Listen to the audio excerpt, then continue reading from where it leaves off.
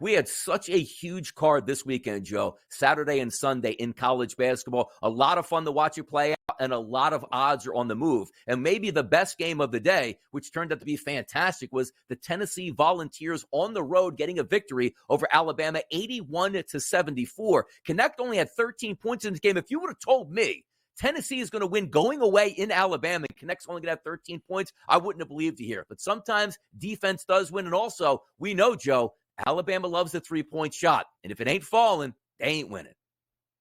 Well, we noticed the first game that they played, right? That 91-71 beatdown of Tennessee. Some teams are just not a great matchup for one another, right? And Alabama proved in that first game that, you're not going to outmuscle, you're not going to outrun them, you're not going to outshoot them. There is a lot of experience on this Tennessee team. And more importantly, Donnie, I think you nailed it there with Tennessee, is that they didn't need Connect to win this game here against Alabama. And that means that they've got enough guys willing to be able to step up. Talent-wise, they have enough guys that can step up on a moment's notice and get it done. It was Connect, right, the week prior. Now it was, everyone else kind of stepped up and handled business. But more importantly, defensively, they got the stops they needed when they needed. And to do that in Tuscaloosa, Tennessee to me is just that fourth number one seed that nobody wants to seem to talk about come bracket time. Yeah, one of those teams that most people sort of lying in wait. They see that price point at the FanDuel Sportsbook. It's a little bit too short now. I'll wait for it to get bigger. I'll tell you one team here in the SEC, Joe, that's looking there, and the public is going, give me some more of that team. That's those Kentucky Wildcats. 111-102 victory over Arkansas. This team can fill it up when they're hot, maybe. None better in the nation, but the inconsistency throughout the season has bit them a bit. But the Kentucky Wildcats now winners of 5 of 6 games, and also maybe the best overall recruit in the country last year in DJ Wagner, finally showing signs he's the player that the Wildcats thought he could be. 26 minutes, 6 of 7 from the floor, which included 4 of 5 from three-point range and 19 points here. There's been many games here, Joe, throughout the season. 3 points, 4 points, 6 points. He steps up, Kentucky steps up, and now looks to be a real player come March Madness now. Yeah, well, that team, Kentucky, is just absolutely will drive people to drink. If you've been betting them throughout the season here, you're just most of the time you've thrown your hands up and you're going, what in the world? But you know what, Donnie, bottom line, wins are wins, right? Kentucky ended up getting 2 of them this week, and ultimately at the end of the day, that's really all that matters here. I mean, it was maybe a little bit too close against Mississippi State there, which Reed Shepherd had to, show up and show out and win the game for him, which is fine. But that wasn't a very good Arkansas team on Saturday. But you know what? They were still able to drop over 100 points on them. So, they can outmuscle you, they can outshoot you, they can outrun. But, I worry about Kentucky with maybe some of the more physical teams, a team like Houston, for instance, that might be able to slow them down a little bit. And what happens if the shots aren't falling for Kentucky? What is their second pitch? What's their go-to pitch after that? That's what worries me about a team like Kentucky. Exactly, Joe. You got to win 6 games in a row here in March Madness to cut down the nets. Yep. You take a look at Kentucky, you say, can they do it? Yes, but also, oh boy, Kentucky's out in the round of 64. Probably wouldn't surprise a ton of people here because that's been the inconsistency here of the Kentucky Wildcats. The one team that has been consistent, at least over the past couple of years, that's the Houston Cougars, number 1 team in the nation. But how about this? 87-85 victors over Oklahoma with a basket at the buzzer. Usually, Joe, we talk about Houston and say the calling card is defense. That wasn't the case here on Saturdays. They gave up 85 points, but their offense, 57% as a team from the floor, which included 53% from three-point range and 82% from the free throw line. And, Joe, they needed every bit of those scoring options here just to hold off the OU Sooners. Yeah, Jamal Shade really saved them here too. Kind of got the OU, but again, wins matter, right? That's the only thing that matters. And it was the way that Houston won, Donnie, I think, which was most impressive. They didn't win their usual style of game, right? They had to actually score a ton of points, and they weren't able to slow down a very tough OU team at home. And let's face it, this was kind of OU's.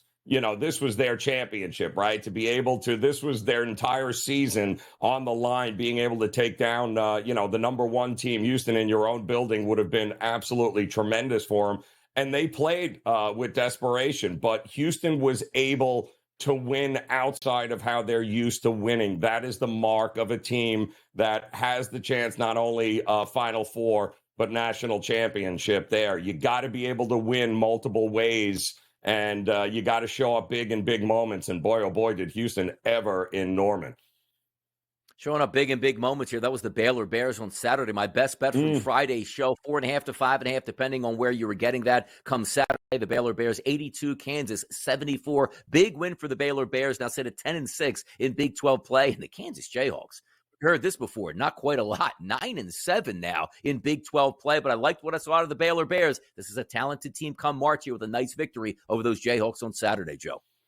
No, it was a good win. I mean, listen, for Kansas, obviously, the fact that you got McCullers back on the court was good. I think that game was a little bit closer than what the final score indicated because Baylor was able to pull away a little bit in the closing minute there.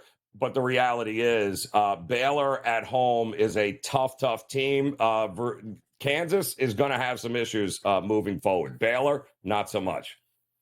Exactly, Joe. You can't bring the fog to other people's home court and the NCAA tournament. No. You better win some of these games on neutral court and on the road. Fun times in the Big 12 setup, but a big-time win on Saturday for those Baylor Bears. Let's close out that college basketball weekend. Talk about some more games from Sunday. We'll be right back right here on the Early Line. Quick little segment here on the Early Line before we hit hour number 2. It's Sonny right side. It's Joe Ranieri having some fun, talking some college basketball, wrapping up some of the weekend, which included a big-time performance out of the Creighton Blue Jays here, Joe.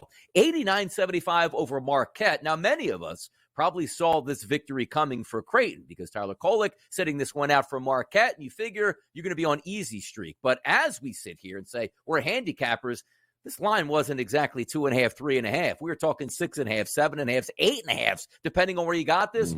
Big second half for Creighton here, 89-75. I love this conference here. The Big East is going to be so much fun. We'll wait for some reinforcements getting back from Marquette. But those Creighton Blue Jays, 89 points, that's what they can do on offense, Joe.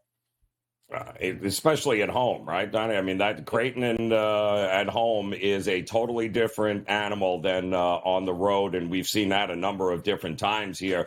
No Kolek, and I give Marquette credit. Shaka Smart teams as a dog have been very profitable over the years, but without Kolek, they need to get him back on the court sooner rather than later. And also, you're taking a look at this game overall, too. Like, at halftime, we were close here. Like, it was 42-40. Like, boy, Marquette's really stepping up. Yep. But there was a point in that second half where Creighton just said, you know what, bombs away. We're getting after this, and we're not trading punches anymore. We're the better basketball team, and rightfully so, going away. Now sit at 13-6 in conference play. Also, as you take a look at those Creighton Blue Jays, one of those teams you can think can do damage into March Madness. Up on deck here for them, Villanova on Saturday, which you want to improve your seed line. Maybe that's a perfect spot to improve that seed line at here. If we take a look at Gonzaga and St. Mary's, how about this one? 14-2 in conference play now, Gonzaga with a victory over St. Mary's, who was looking, Joe Ranieri, to be one of those conference teams that says, we're finally turning the tide here. The WCC is now our conference. It's no longer Gonzaga's conference. As they came into this game, a perfect 15-0 in conference play, looking to go 16-0 at home. The St. Mary's Gales weren't able to do that as they lose to Gonzaga 70-57, which puts Gonzaga on firm footing here moving forward into March Madness.